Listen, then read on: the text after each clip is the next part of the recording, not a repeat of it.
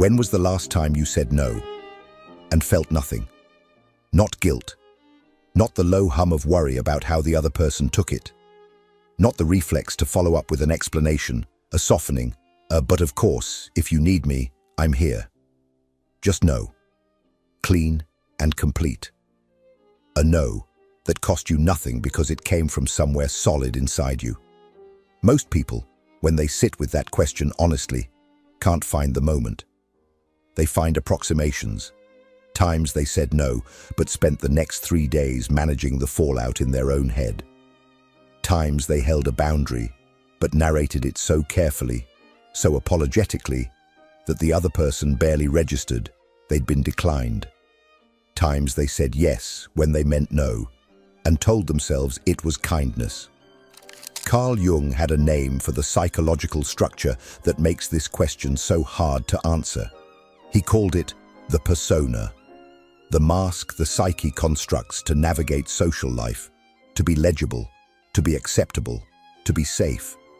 And in his clinical work, he kept encountering a particular version of it, the person who had built their entire inner architecture around a single organizing principle: never be the cause of someone else's discomfort. He found that this person wasn't extraordinary in their generosity. They were extraordinary in their anxiety. The generosity was the anxiety, wearing a more socially acceptable face.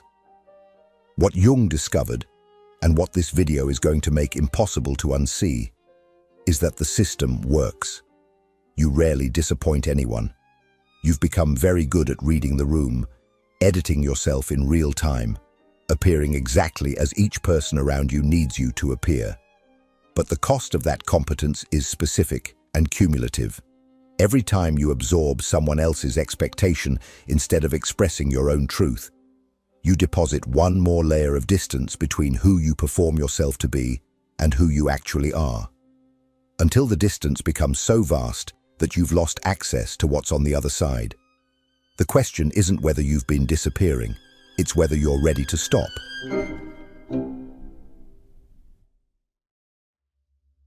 The persona is not a lie. That's the first thing to understand, and probably the most important. Jung was not describing hypocrisy when he wrote about the persona. He was describing something far more universal, a psychological structure every human being develops, necessarily, in order to function inside a social world that has expectations, roles, and codes of conduct that predate any individual's arrival into it. In the relations between the ego and the unconscious, he defined it plainly. The persona is a kind of mask, designed on the one hand to make a definite impression upon others, and on the other, to conceal the true nature of the individual. Every person has one. The doctor who becomes doctor at the moment he walks into the clinic. The parent who becomes parent the moment the child enters the room.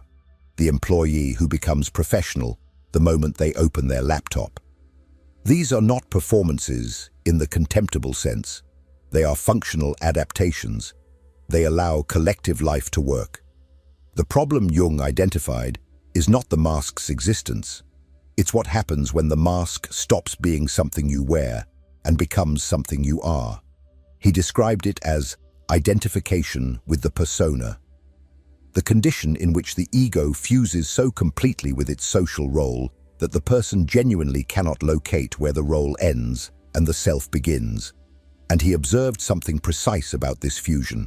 It tends to happen most completely in people for whom the alternative, being seen without the mask, once felt genuinely dangerous. Not metaphorically dangerous. Dangerous in the way that a child experiences danger, as the potential loss of connection, warmth, belonging. This is where the person who never disappoints anyone diverges from the person who simply has good social skills. The latter wears the mask consciously and removes it when they get home. The former has forgotten the mask is there. They have organized their entire personality, their reflexes, their language, their sense of what they're allowed to want, around the principle of being palatable. Jung's formulation for this state is almost clinical in its precision. It represents maximum adaptation to society and the minimum adaptation to one's own individuality. maximum legibility to others, minimum access to yourself. Watch for the specific texture of this in your own behavior. It doesn't always look like people-pleasing in the obvious sense, the chronic yes-sayer, the pathological accommodator. Sometimes it looks like someone who is simply very attuned, very perceptive, very emotionally intelligent, someone who always seems to know what the room needs. The tell is not the behavior itself, but its source, whether you're responding from genuine presence or from a surveillance system that never stops running, whether you're choosing to show up the way you show up, or whether showing up any other way simply doesn't feel like an option. That surveillance system didn't appear out of nowhere, and understanding where it came from is the only way to begin dismantling it.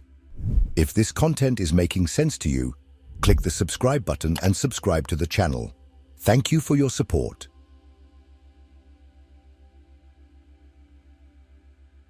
Picture the child who figured it out early, not through instruction. No one sat them down and explained the rules. Through observation, through the specific texture of what got rewarded and what got met with withdrawal, irritation, silence, or that particular kind of disappointed look that is somehow worse than anger. The child who learned that when they were easy, the air in the room was lighter, that when they had needs, something shifted. That love, not in the dramatic sense, but in the daily atmospheric sense, was more available when they made themselves small in the right ways. This is not about bad parents. Jung was careful about this distinction, and it matters. In his writings on child psychology, he argued that the most powerful psychic effects on a child come not from what parents consciously do or intend, but from what they carry unconsciously. Their own unlived lives, their own unspoken fears, the emotional weather they generate without knowing it. A parent can be loving, well-meaning, present, and still transmit, through the texture of their daily emotional responses, a very clear message about which version of their child is easiest to love. The child receives this message not as information, but as fact, as the structure of reality. What the child builds in response is not a defense in the clinical sense. It's a technology, a sophisticated emotional monitoring system that learns to scan the environment before speaking, to model other people's reactions before acting, to edit the self in real time to minimize the probability of rupture. In The Development of Personality, Jung writes that the developing personality obeys no caprice, no command, no insight, only brute necessity. The child who builds this system is not weak. They are adaptive. They are doing exactly what the situation required. The problem is that the system doesn't know when the situation has changed. You are no longer a child dependent on those specific caregivers for survival. But the monitoring system that kept you safe then is still running now, largely below the threshold of conscious awareness, applying its original logic to every relationship you enter. You scan the room before you speak. You feel the other person's emotional temperature before you decide what's true enough to say out loud. You have become so fluent in the language of other people's needs that you often experience their expectations as your own desires, until something cuts through and you realize you have no idea what you actually want, because wanting has always been contingent on what was allowed. Here is where to begin noticing it, not in the big moments, the major decisions, the obvious conflicts, but in the small, reflexive ones. The moment someone asks what you want for dinner, and you immediately reach for what they seem to want. The moment someone seems even slightly displeased, and you feel the pull to explain yourself before you've assessed whether you've actually done anything wrong. The moment you agree with something you don't believe, because disagreeing feels like more than it should cost. These micro-adjustments are the system in operation. They are so habitual they feel like personality. They are not. They are the original adaptation, still running, still solving a problem that no longer exists in the same form. What it has cost you, specifically, is the subject of the next part.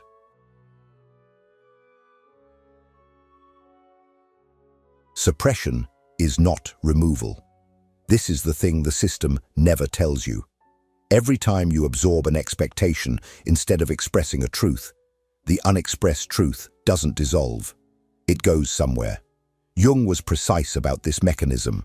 He observed it across hundreds of clinical cases, and he stated it plainly in the relations between the ego and the unconscious.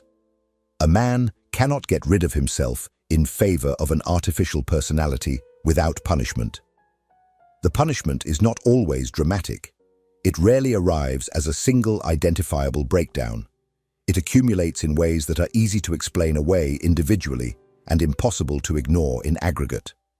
The first cost is the one most people recognize, at least dimly: exhaustion. Not the tiredness that comes from doing too much, but the specific depletion of permanent performance.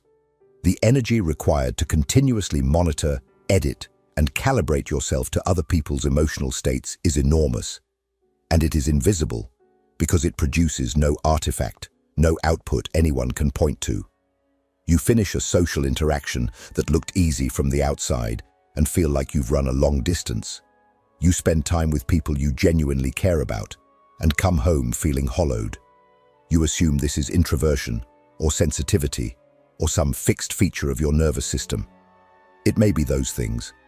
It is also the cost of never being fully present, because a portion of your attention is always running the surveillance system. The second cost is subtler and more corrosive.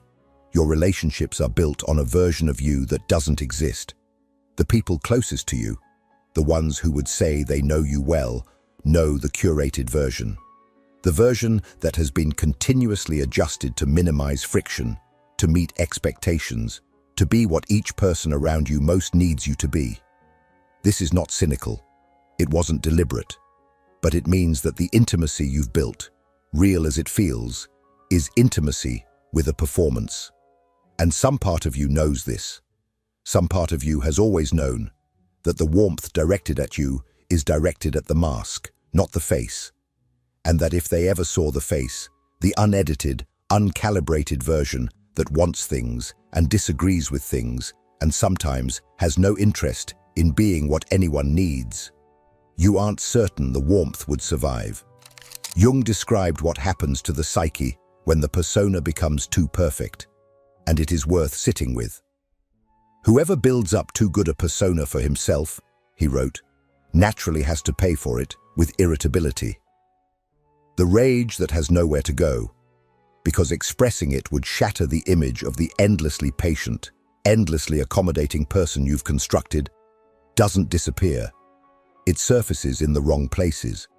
The disproportionate reaction to a small slight, the sudden coldness that comes over you for reasons you can't quite name, the resentment that accumulates toward the people you help most, the ones who have come to rely on your reliability, the ones who would be genuinely shocked to learn that you sometimes resent them for it. And beneath the irritability, something quieter and more serious. You have never been fully seen, because you have never allowed it. Not because you are dishonest, but because you built a life in which being seen was the one risk you couldn't afford to take. Every relationship you are in, everyone, is missing the person who shows up when you stop managing the impression you make. That person still exists. They have just been waiting for a very long time. If what you're hearing resonates with you, you'll find real value in my ebooks. Beyond the Shadow breaks down Jung's core ideas, while Dialogues with the Unconscious gives you a 30-day path to apply them in your life. Both are linked in the pinned comment.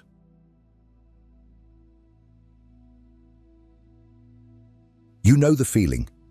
Someone tells you they love you, and somewhere underneath the warmth, there is a faint, uncomfortable thought you don't let finish. But you don't know me.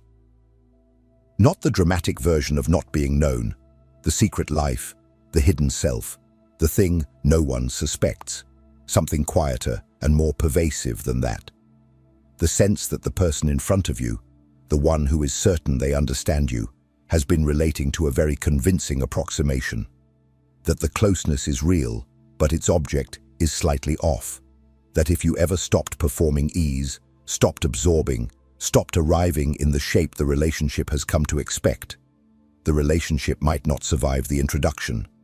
This is the intimacy paradox that Jung's framework makes visible. The persona, by definition, is a structure of maximum legibility.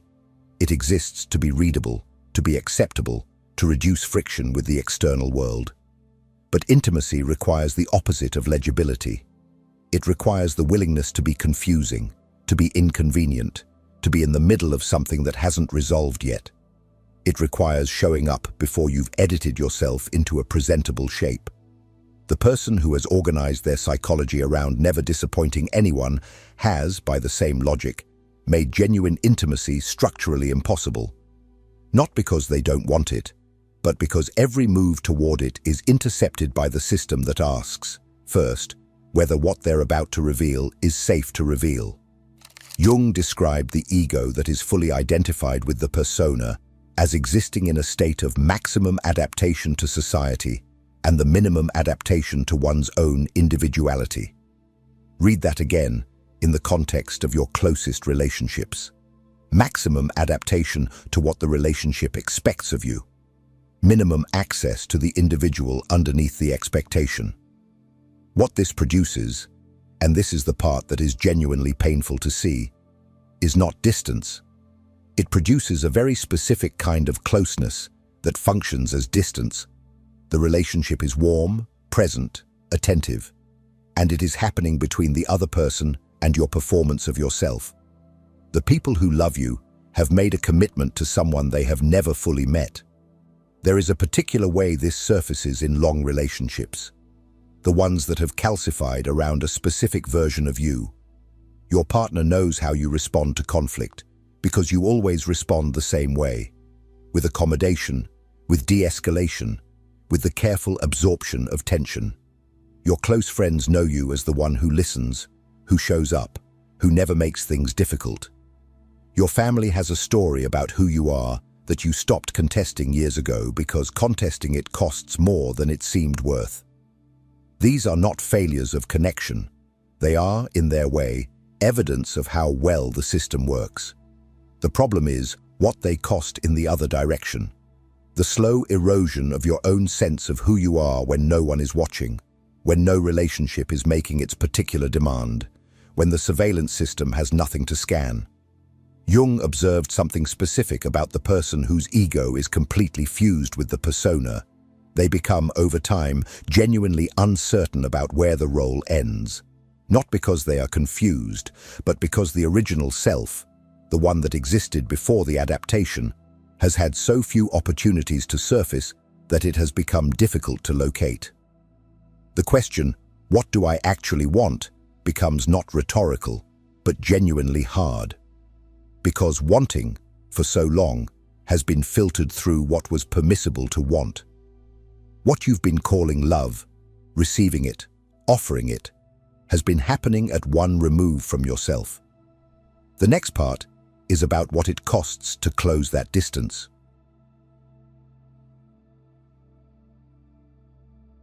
Most people treat disappointment as evidence, proof that they asked too much, took up too much space, failed to calibrate correctly. The disappointment on someone else's face registers as a verdict on their reasonableness, their consideration, their worth as a person in a relationship. This is not a moral position. It's a reflex. And like all reflexes built in childhood, it operates faster than thought, which is why it feels like conscience when it is actually conditioning. Jung's framework inverts this entirely. In The Development of Personality, he writes about what he calls fidelity to the law of one's own being, a phrase that sounds almost mystical until you understand what it means in practice. It means that the self has a structure, a genuine shape, a set of actual responses to the world that are not identical to the responses the world has trained you to produce. And that to consistently override those responses, to continuously substitute the performed reaction for the real one, is not kindness. It is a form of self-erasure that eventually empties the person doing it, and, less obviously, impoverishes everyone around them. Here is the thing about the person who never disappoints you. You cannot fully trust them. Not because they are dishonest, but because you have no way of knowing, at any given moment, whether what they are giving you is genuine or calibrated. When they say yes, is it because they want to say yes, or because the cost of saying no felt too high? When they agree with you, do they actually agree, or have they run the calculation and determined that disagreement isn't worth the friction? The relationship with someone who never disappoints you has a particular quality: warm, reliable, frictionless, and a particular limitation: you are always, to some degree, alone in it, because the person across from you is managing you, not meeting you. Jung put it more starkly than most clinicians would allow themselves to. He argued that you cannot have real intimacy with someone who has made it their organizing principle never to disturb you. Because intimacy is not the absence of friction, it is the presence of a real person, with their own weight, their own resistance, their own inconvenient truths, and the willingness to remain in contact with that person even when contact is uncomfortable. Disappointing someone, then, is not always a failure. Sometimes it is the most honest thing available. The no that comes from an actual assessment of your own limits. The disagreement that comes from a real position, not a diplomatic maneuver. The moment where you let someone see that you are not, in fact, endlessly accommodating, that there is a person underneath the accommodation who has their own shape, their own edges, their own things they will and will not do. The distinction worth learning to make is not between disappointing people and protecting them. It is between disappointment as cruelty, which is real, which exists, which involves using your truth as a weapon, and disappointment as authenticity, which is simply the byproduct of being a real person in a real relationship. Cruelty looks for the wound. Authenticity accepts that wounds are sometimes an unavoidable consequence of honesty and offers them anyway, carefully, because the alternative is a relationship built on fiction. Begin here, in the smallest register. The next time you feel the pull to soften something true into something palatable, pause before the edit. Not to deliver the unfiltered version. This is not a case for aggressive candor, but to notice the gap between what you actually think and what you are about to say. That gap is where your self has been living. And the practice of noticing it, consistently, without judgment, just noticing, is the beginning of learning to close it. The question that remains is the hardest one. Not how to disappoint people more, but what you are willing to become in the process.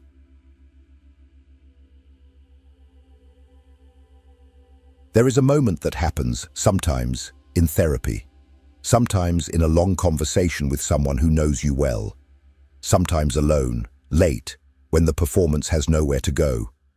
The moment when the system goes quiet, when there is no expectation to scan for, no reaction to anticipate, no version of yourself to maintain. And you feel briefly something that is not relief exactly, but that is close to it. A faint recognition. Like hearing a voice you haven't heard in years and knowing, before you can name it, whose it is. That is not nothing. That is the self Jung spent his career insisting was still there.